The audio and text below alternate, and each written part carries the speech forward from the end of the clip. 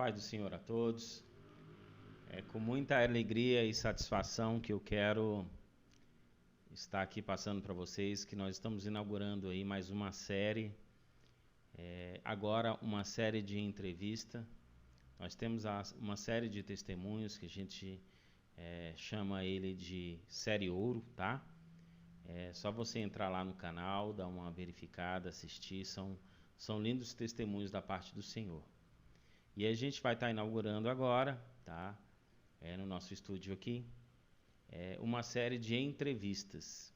Então nós temos a honra de hoje estar recebendo uma pessoa muito especial, que tem assim uma trajetória de vida exemplar, e eu particularmente sou até suspeito em dizer, porque tenho um grande apreço, uma grande admiração, um grande amor por essa pessoa. Então, com grande alegria, agora nós vamos estar estreando, tá? Mais essa oportunidade para sermos edificados. Então, veja aí, segue uma entrevista com o nosso querido pastor Geraldo Carneiro, Lisboa. Uma pessoa muito especial para todos nós. Amém? Fala aí, pastor. Fala um pouquinho sobre a sua vida agora. Eu sou o Geraldo Carneiro Lisboa, pastor evangélico há 40 anos. Nasci na cidade de Cachoeiro do Itapemirim, Espírito Santo, em 1946, no dia 27 de junho. E vim para o Rio de Janeiro com 8 anos de idade, juntamente com meus 5 irmãos, que depois se tornou 8 irmãos.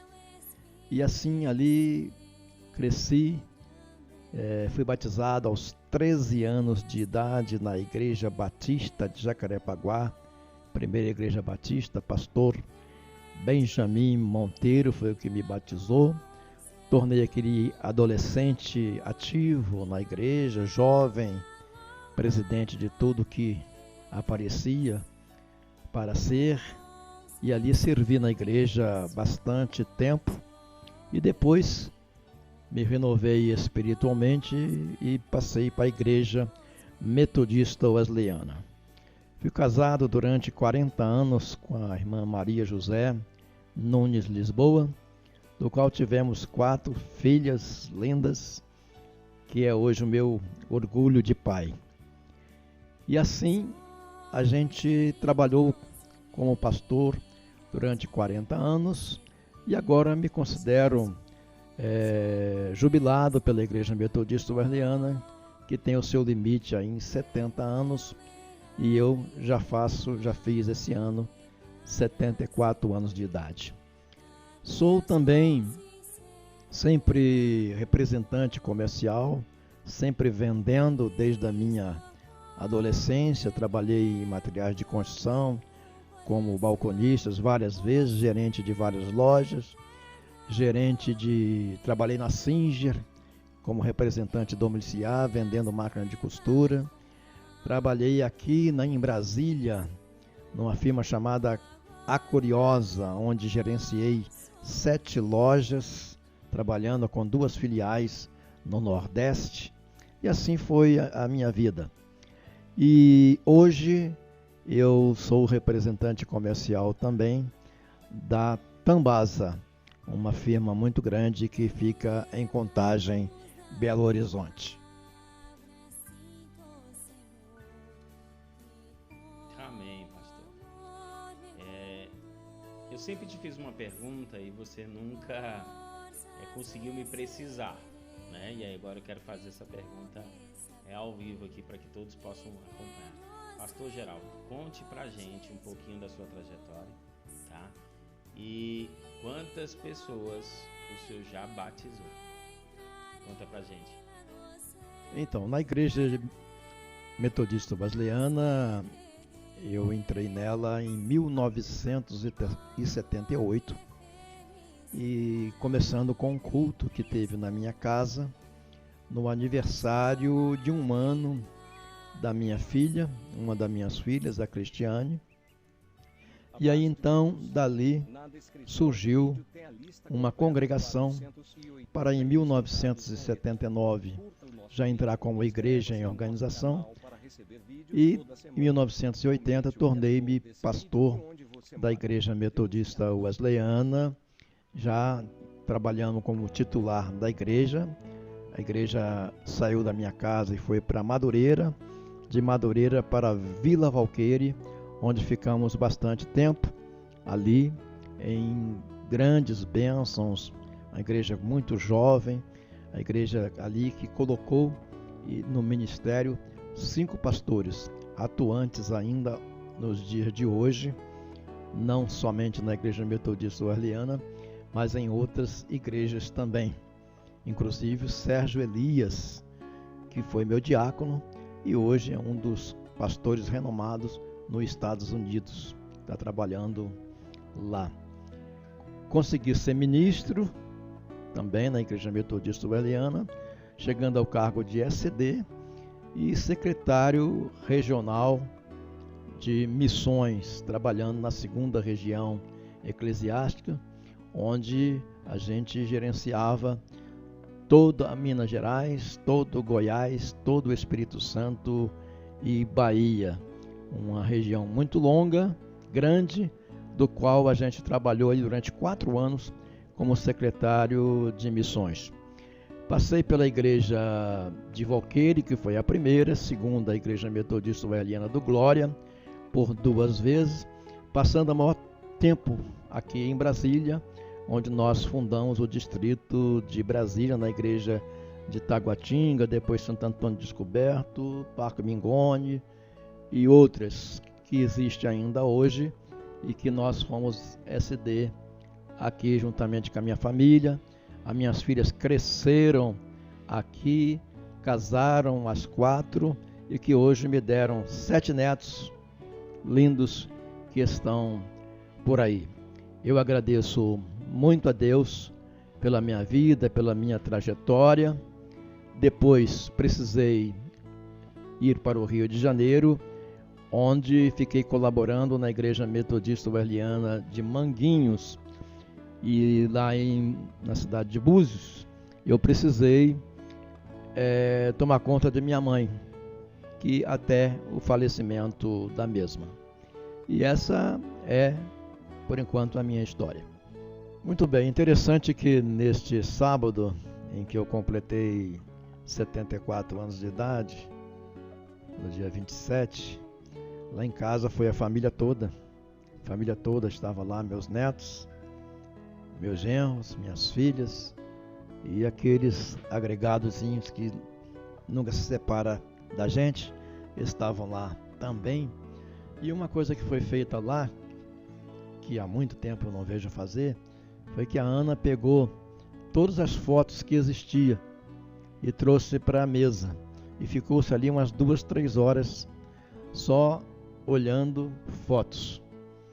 E às vezes algumas que eles não lembravam chegavam para mim e perguntavam: essa aqui, papai, essa aqui foto que é essa? E uma que me chamou a atenção era uma igreja lá de Belo Horizonte, uma igreja batista, onde eu fiz um batismo, lá um batismo grande, naquele dia quando eu estava na Igreja do Glória. E naquele dia, bastante interessante, tinha uma pessoa que ia ser batizada e ele lá no banco, já vestido de branquinho, lá no banco já vestido com a camisolazinha de batizar, ele manifestou um demônio nele.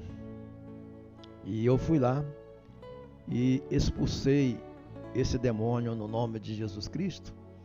E os presbíteros e diáconos conservadores da época chegaram: pastor, esse rapaz não pode ser batizado, manifestou o demônio nele agora. Ele falou assim: pois é, rapaz, é agora que eu vou batizar. Agora que eu vou batizar. Você quer dar alegria para o diabo, não batizando uma pessoa, né? E batizei esse rapaz e ele se tornou-se, em 2 anos, tornou-se diretor de jovens da igreja. E outra vez aconteceu isso com uma irmãzinha, em que a conversão dela foi bastante diferente. A conversão dela foi que ela foi no pai de santo se consultar, e o pai de santo falou assim: só que o seu negócio não é com a gente, o seu negócio é com o homem de branco, procura uma igreja evangélica. E ela entrou lá no meu escritório, no meu gabinete pastoral, contando isso, e eu então levei ela para o batismo. E nesse dia também um batismo muito grande, na cidade de Piedade dos Gerais, em Minas Gerais. Lá fomos nós batizar. E eu me lembro que nesse dia também teve um rapaz, um senhor lá, que com uma faca querendo me matar por causa do alvoroço que estava na cidade devido ao batismo de tantas pessoas que estavam sendo feito lá naquele lugar. Mas ele não conseguiu o seu intento e a gente foi batizar. Só que lá dentro d'água, dentro do rio, o demônio manifestou na irmã que eu estaria batizando. E ali eu expulsei o demônio, que estava perdendo, porque ela tinha ido lá no Pai de Santo. Mas o Pai de Santo encaminhou ela para Jesus Cristo, porque com certeza o seu olhar ali já não era fácil o diabo encará-la. E assim a gente batizou ela também. Quanto à quantidade de pessoas que a gente batizou, nosso querido, amado irmão Humberto, é muito difícil eu saber.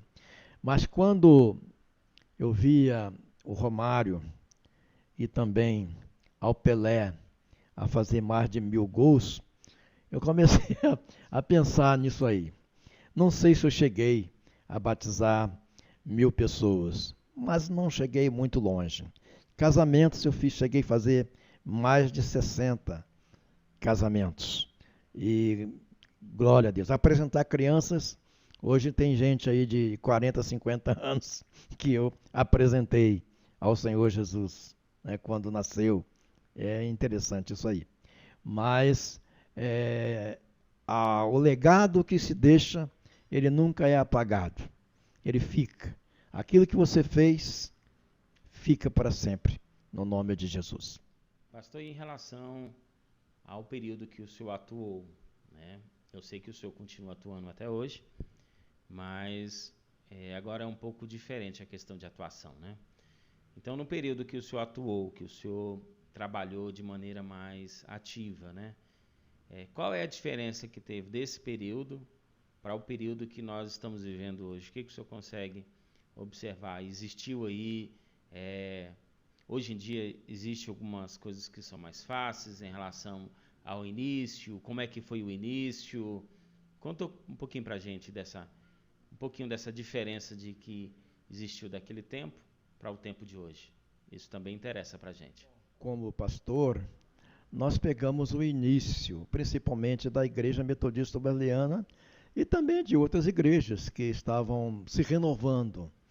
Em 1963 foi a Igreja Batista, em 1977 foi a Metodista, a Presbiteriana também por essa época aí.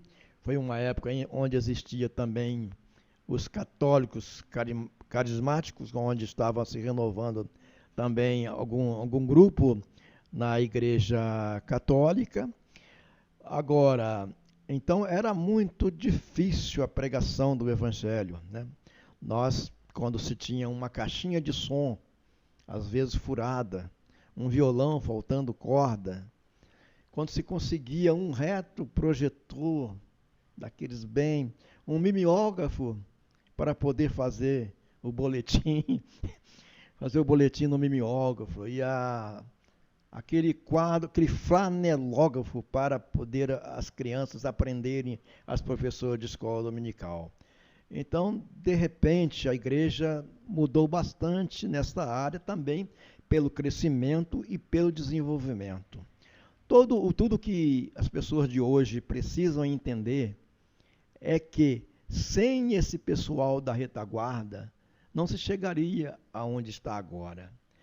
Né? Hoje nós olhamos para os discípulos e olhamos aqueles 12, depois dos 120 lá no dia de Pentecostes, e Paulo saindo por ali e pregando esse evangelho, e depois nós passamos para os grandes homens de Deus, como John Wesley e tantos outros, e tantos missionários, tantas pessoas que pregaram o evangelho, os 2 suecos que vieram para cá para poder daqui formar a Igreja Assembleia de Deus, e assim sucessivamente.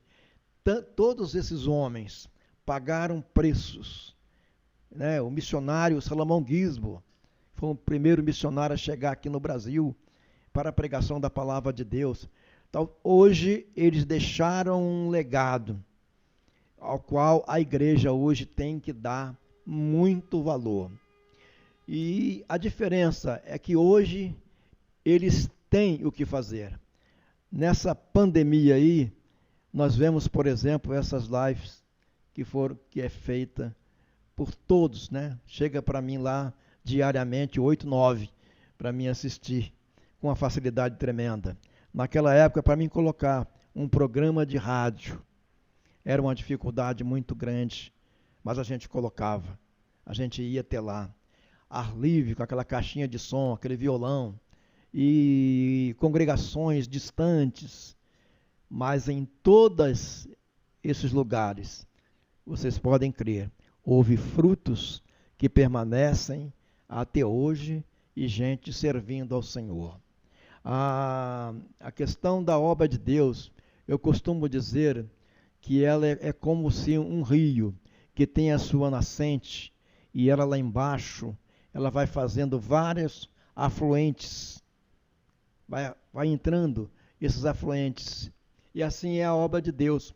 Por isso é que nós temos hoje muitas denominações, porque algumas pessoas se convertem e às vezes vão até para lugares onde não tem um trabalho, e se ele se converteu de verdade, a casa dele torna-se uma igreja, e dali uma congregação, e depois você vê tem uma grande igreja servindo ao Senhor.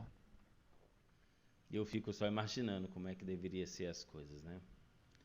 O início de todas as coisas. Mas glória a Deus por isso. Conta pra gente algum testemunho, alguma situação que o senhor viveu que foi atípica, que marcou a sua vida. Conta pra gente aí, de maneira rápida. Eu tenho certeza que o senhor deve ter muitas experiências vividas nesse campo de testemunho. Mas conta pra gente aí, a gente quer saber. Conta um pouquinho aí de testemunho, alguma coisa que marcou a sua vida em relação a alguns momentos que você possa ter passado. Minha caminhada como pastor, ela é realmente pela fé e daquela pessoa ousada que sem medo de nada, achando que a gente sempre tinha o diabo debaixo dos nossos pés. Inclusive a gente cantava, vamos pisar na cabeça do diabo. A gente cantava muito isso na época. Então eu fui renovado, melhor dizendo, na questão de renovação espiritual e na área de libertação, vendo lá os demônios se manifestando e a gente expulsando no nome de Jesus Cristo. E quando eu vi que era a autoridade de Jesus que fazia essas coisas, era bastante interessante. Mas o que eu quero, vou tentar lembrar aqui alguns testemunhos. Em 1978, quando a gente estava com o nosso culto, lá na minha casa ainda, por ocasião do aniversário da Cristiane, dali começou-se a congregação e foi juntando gente. E é interessante que foi convidado um pastor para ir lá. E ele de longe, depois ele contando isso para nós, de longe ele ouvia os barulhos, bastante avivado, cultos, corinhos, os cânticos, e ele dizia para si mesmo, lata vazia também faz barulho. E quando ele botou o primeiro pé na escada, ele recebeu um tapa do anjo e disse para ele assim, não chame a minha obra de lata vazia.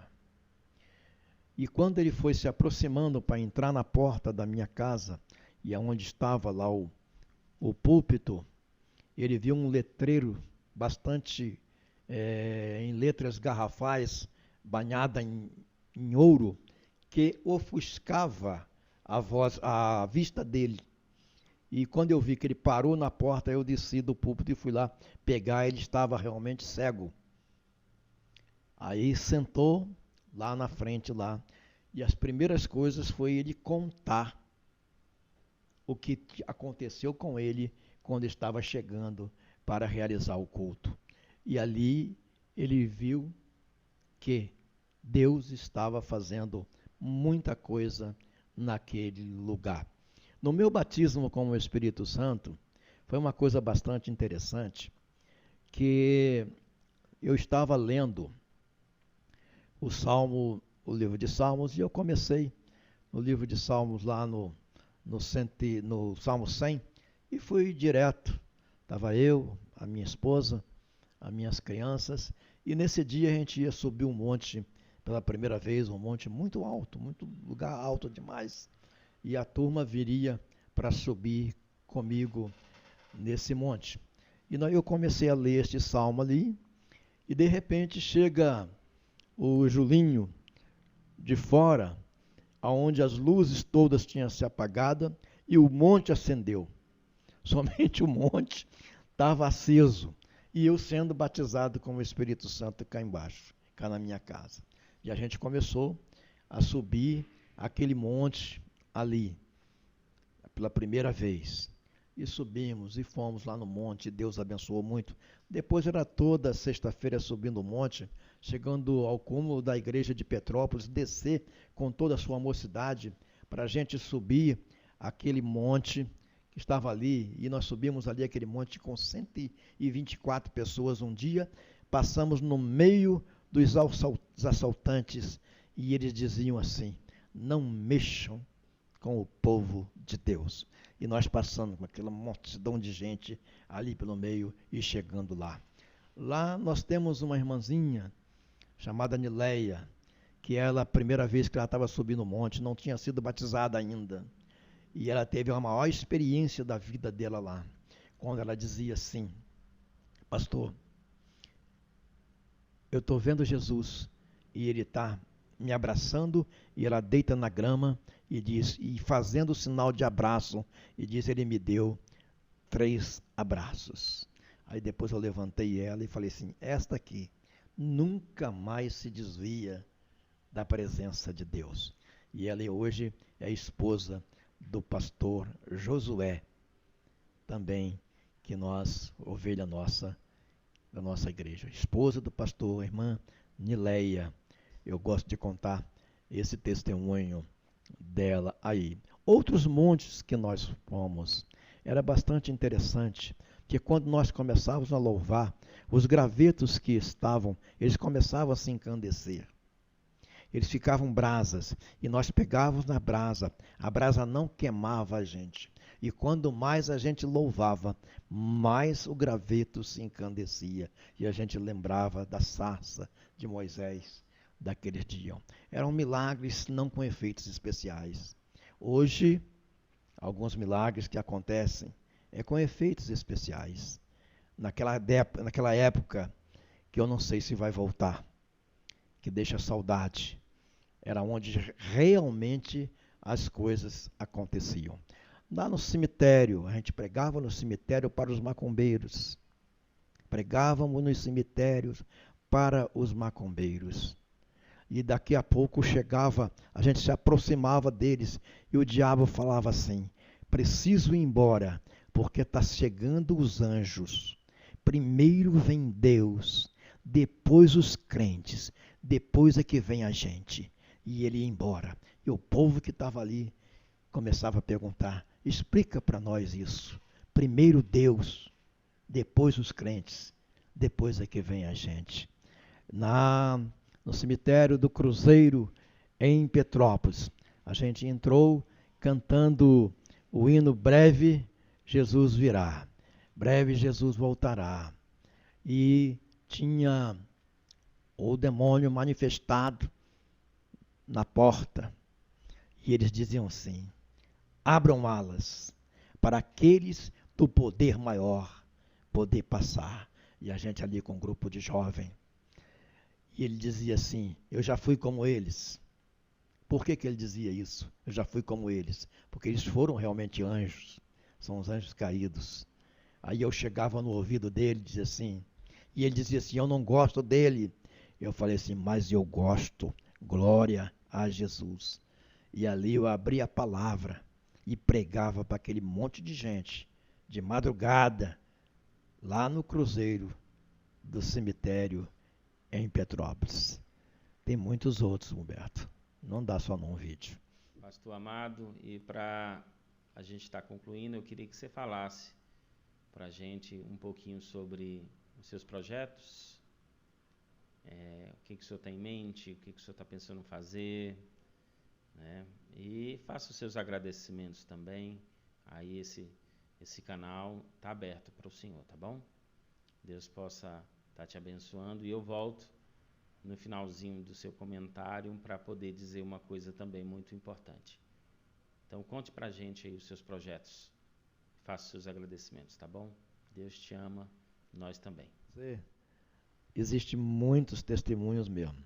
Talvez um dia numa vigília a gente pode contar mais dezenas e dezenas deles.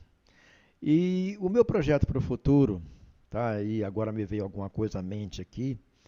Além de eu continuar a trabalhar, já que a aposentadoria não dá para me manter de forma alguma, e eu não quero ficar dependente das minhas filhas de jeito nenhum.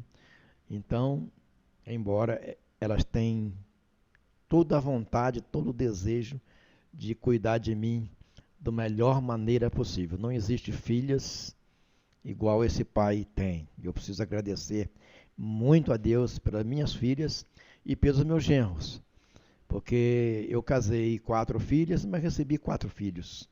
Todos eles são meus filhos. São gente tranquilamente que cuidam bem e muito bem das minhas filhas, e eu agradeço a Deus por isso.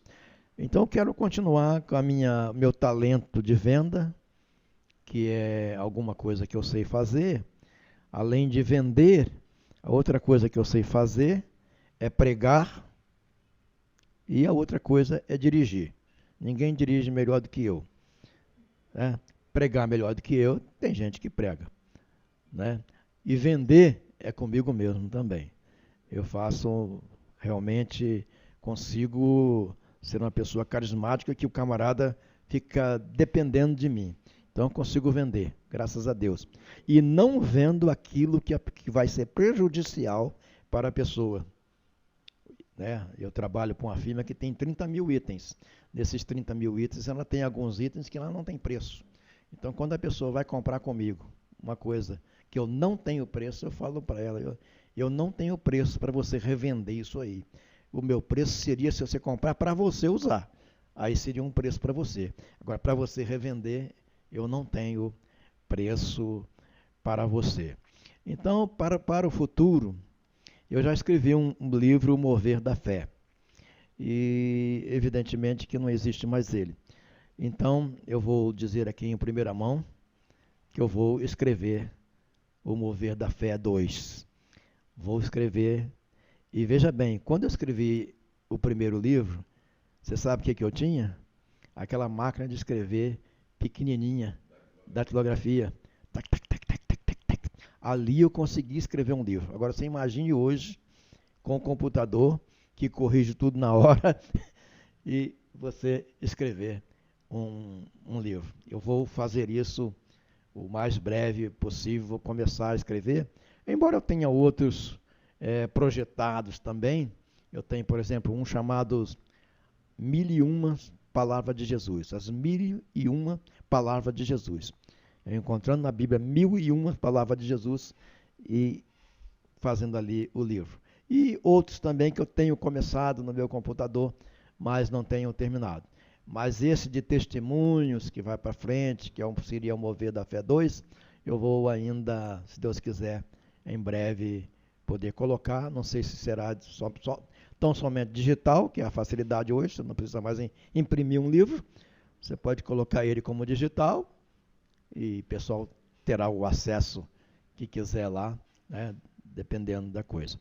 E eu quero agradecer ao pastor Humberto, meu filhinho na fé aqui, qual a gente ama demais, juntamente com a sua esposa Claudinha.